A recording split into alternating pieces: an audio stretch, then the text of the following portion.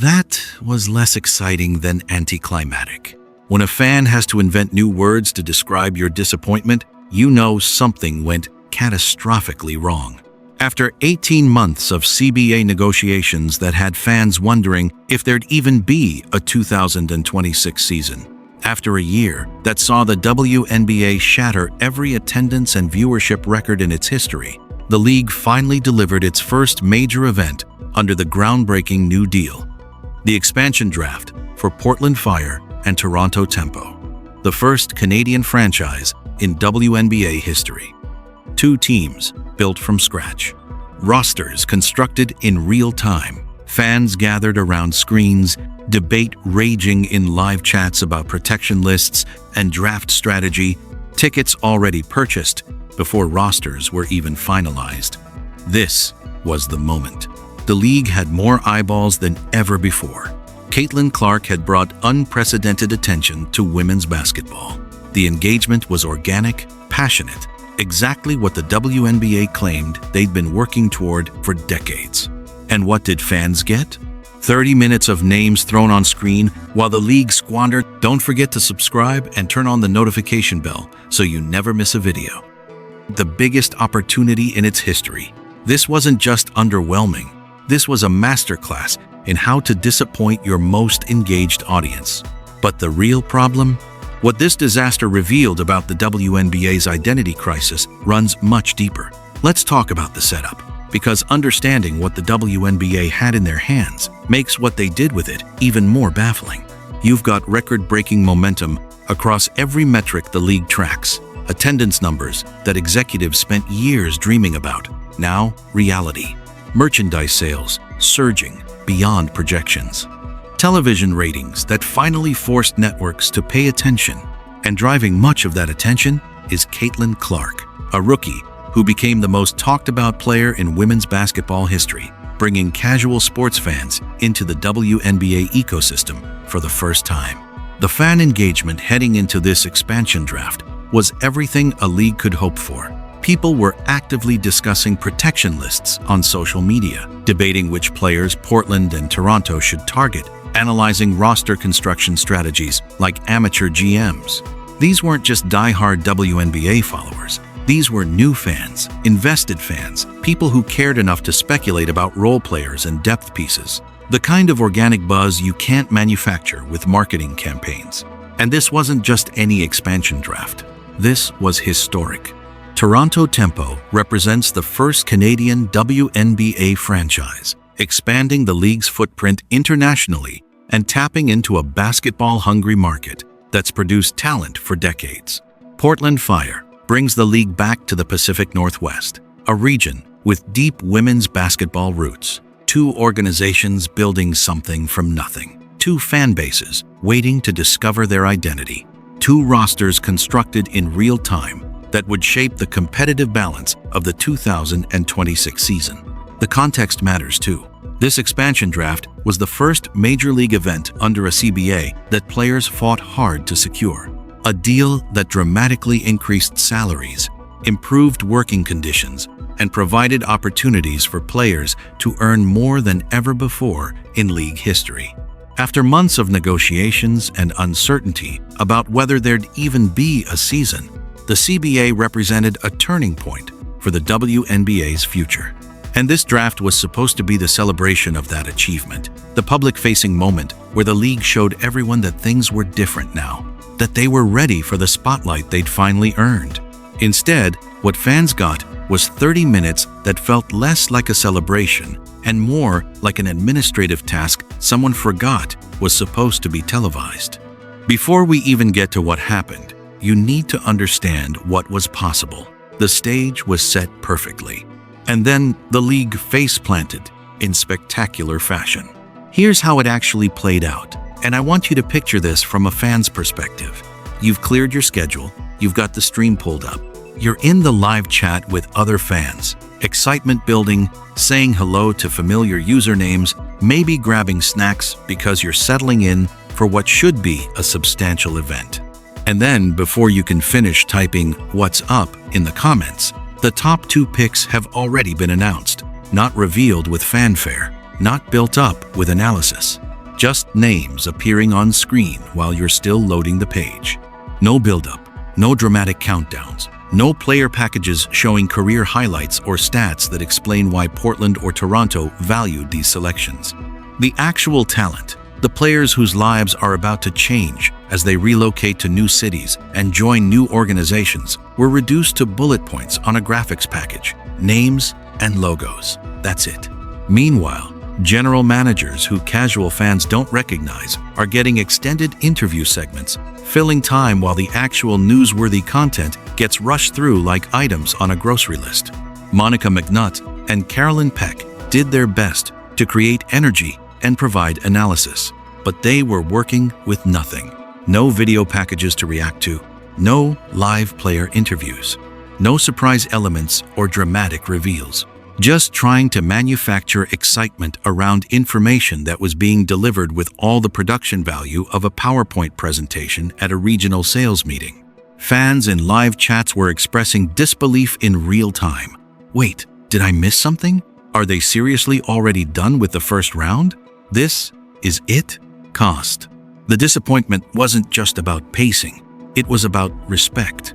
Respect for the players being selected, whose professional achievements deserved more than a 3-second graphic. Respect for the fans who showed up expecting a real event. Respect for the moment itself, which represented league growth and expansion into new markets. And here's the thing that made it sting even more. This wasn't a surprise announcement or breaking news where the league had to scramble. This was a scheduled, planned, promoted event.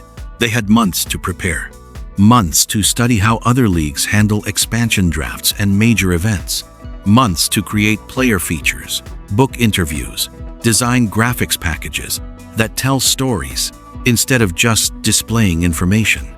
And what they delivered suggested that either nobody thought presentation mattered, or nobody with decision-making power understood what fans actually wanted from this experience. The frustrating part is that the blueprint already exists.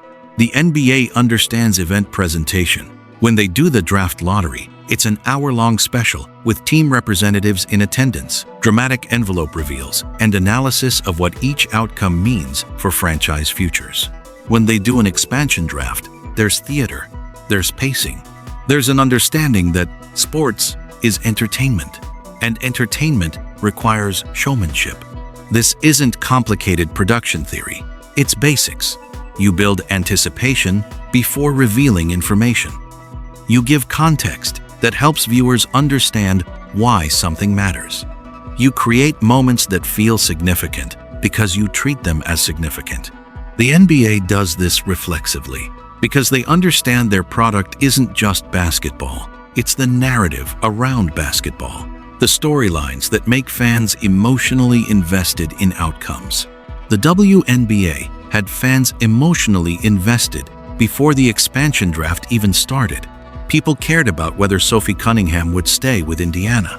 They cared about which role players would become foundational pieces for Portland and Toronto.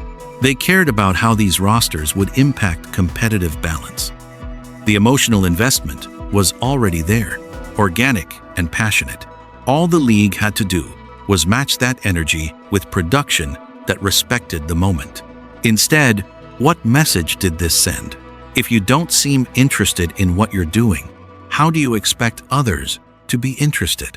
How do you expect casual fans who just discovered the WNBA through Caitlin Clark's rookie season to stay engaged when your major events feel like afterthoughts? This matters because first impressions shape perception, and the WNBA is still fighting perception battles it shouldn't have to fight in 2026. Someone in the live chat said it perfectly, and this is harsh but worth confronting. That right there is why people don't take women's sports seriously. Now, I don't fully agree with that sentiment, because the basketball itself absolutely demands respect. The product on the court is elite.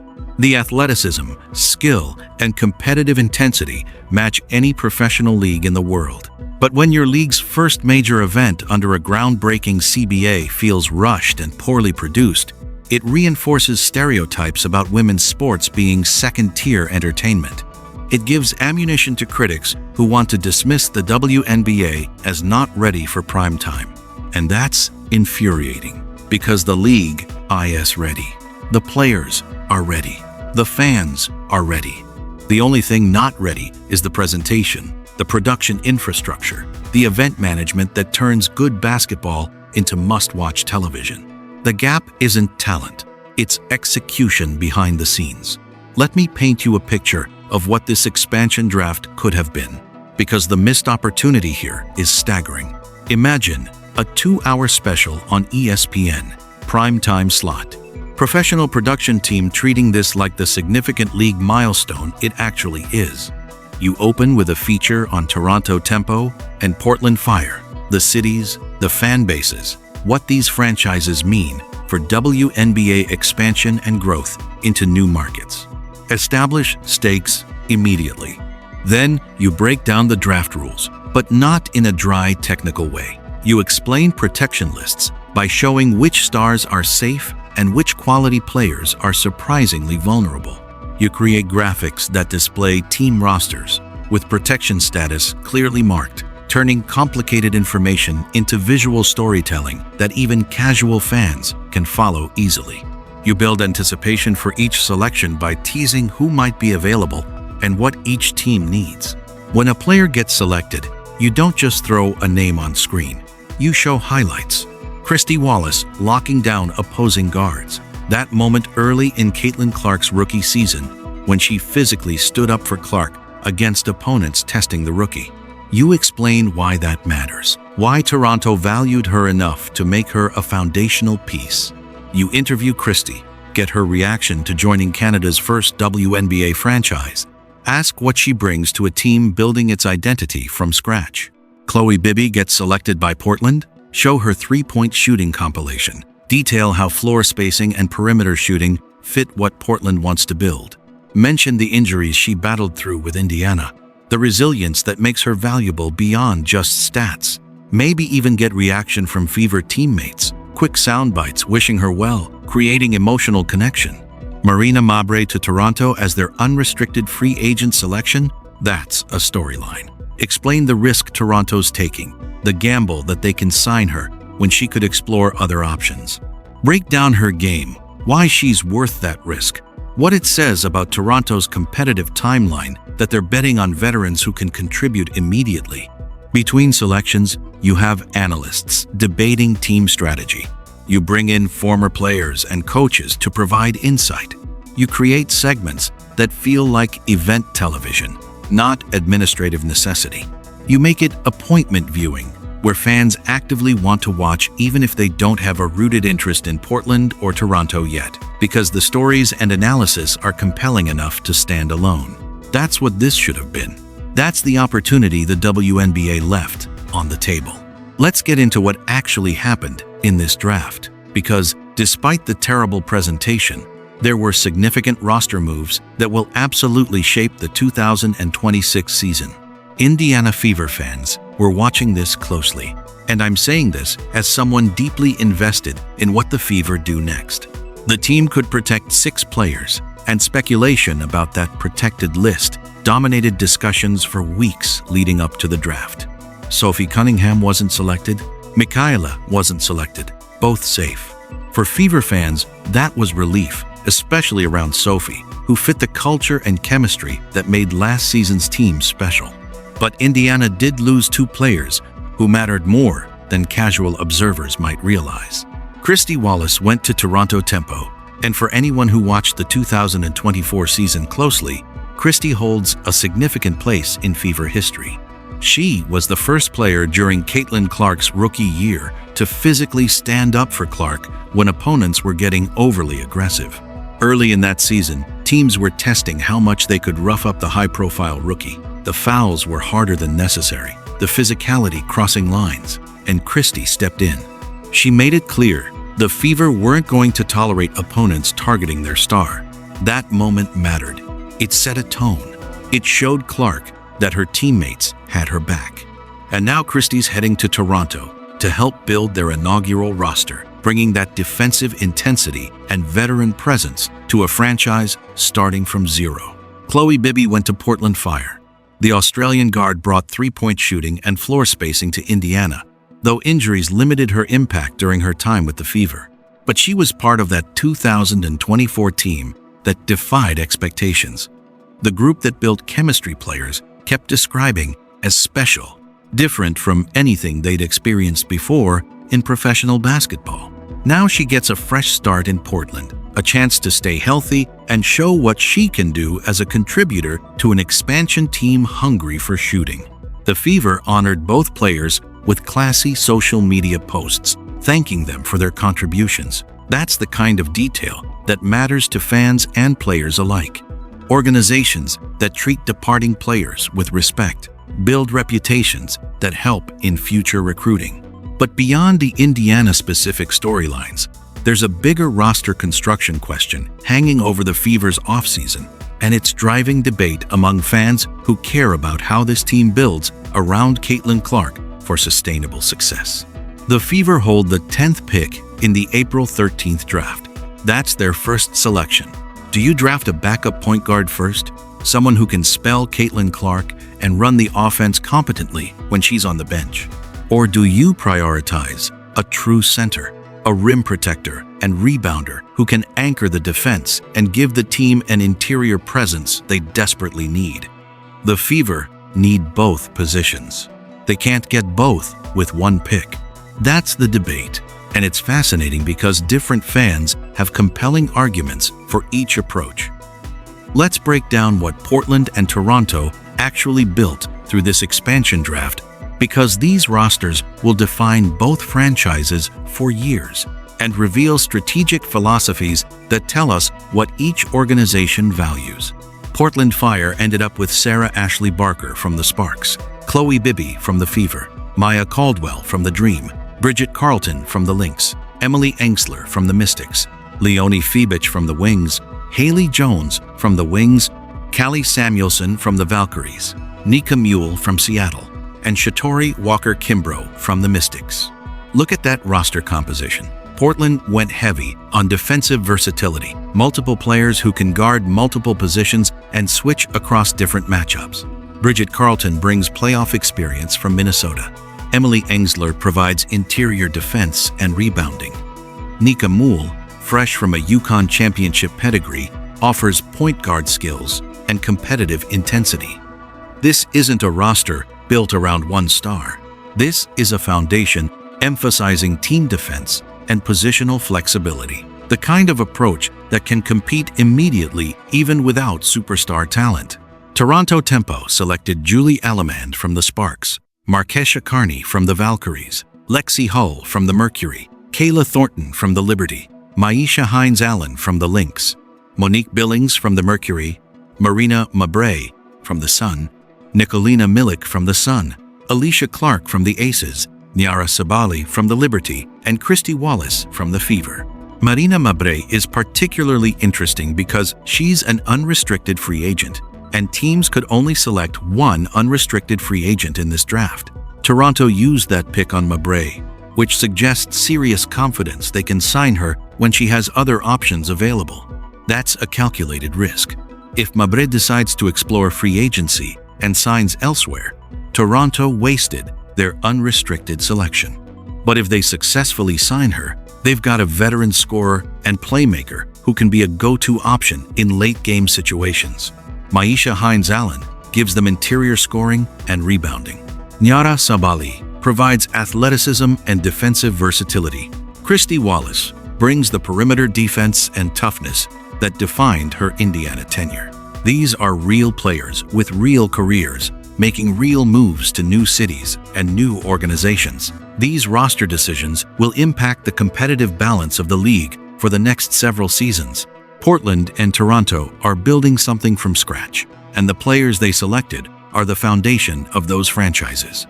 That deserves better than 30 minutes of rushed announcements. These are human stories, professional journeys, career-defining moments for players who might not be household names, but have worked their entire lives to reach this level. And the league treated them like administrative details rather than the actual product fans came to see. Here's what makes this expansion draft disaster particularly frustrating in the broader context of where the WNBA stands. Right now, the league is at a critical inflection point, experiencing growth it's chased for decades, finally breaking through into mainstream sports consciousness. Ratings are legitimately up across the board. Attendance records are being shattered in multiple markets. Merchandise sales are surging beyond projections. Television networks are paying attention, renegotiating contracts, actually promoting games during prime advertising slots. Angel Reese and Caitlin Clark's rivalry brought college basketball fans into the professional game. Aja Wilson is becoming a household name, her dominance impossible to ignore. The product on the court is better than it's ever been, the talent level deeper, the competition more intense. These aren't participation trophy compliments. The basketball itself is legitimately elite, and anyone who watches objectively can see it. The business fundamentals are improving too. The new CBA represents real investment in player salaries and working conditions. Expansion into Portland and Toronto shows confidence in the league's growth trajectory. Sponsorship deals are getting larger and more prominent. Everything behind the scenes suggests a league finally getting the infrastructure and financial support it needs to compete long-term in professional sports. But here's the gap that keeps appearing. The problem that this expansion draft exposed so clearly, it's impossible to ignore. The presentation doesn't match the product. The production value, the way the league packages and delivers its major moments to the public, that's not matching the quality of basketball or the passion of the fan base. It's not matching the investment sponsors are making or the attention media is finally paying. And until the WNBA figures out that sports is entertainment, that entertainment requires showmanship and event production that makes moments feel significant, they're going to keep having these situations where they underwhelm an audience that desperately wants to be impressed. Fans aren't asking for the impossible. They're asking for competent event management that respects their time and intelligence. They're asking for production quality that acknowledges this is 2026, not 1996. And the tools to create compelling television exist and are accessible. The money is coming in, the attention is there, but every time the league fumbles a major moment like this, they leave opportunity on the table. They give casual fans a reason to tune out. They reinforce negative perceptions they've spent years trying to overcome. And that's maddening because it's entirely avoidable. This isn't about lack of talent or fan interest. This is about execution at the organizational level, decision-making from people who apparently don't understand what audiences expect from professional sports entertainment in the modern media landscape. First impressions matter, especially for a league still fighting for mainstream legitimacy. The expansion draft for Portland Fire and Toronto Tempo was the WNBA's first major event under a groundbreaking CBA, the first public-facing moment to show everyone that things are different now, that the league is ready for the spotlight it's finally earned. And the impression it left was that despite record growth, despite unprecedented attention, despite everything trending in the right direction, the WNBA still isn't quite ready for the moment it's in. The basketball is there. The talent is undeniable. The fan engagement is real and passionate. But until the league matches that with event production that treats major moments like they actually matter, these disappointments will keep happening. The gap isn't on the court. It's in the presentation, the production value, the organizational understanding that sports is showmanship and fans deserve better than 30-minute administrative tasks disguised as events. So here's the real question as we head toward the April 13th college draft. Will the WNBA learn from this disaster and deliver an event worthy of the moment? Or will they waste that opportunity too, squandering momentum they can't afford to lose? Because the fans are ready. The only question is whether the league is ready for them. Stay locked with my channel Simply Explained for more updates.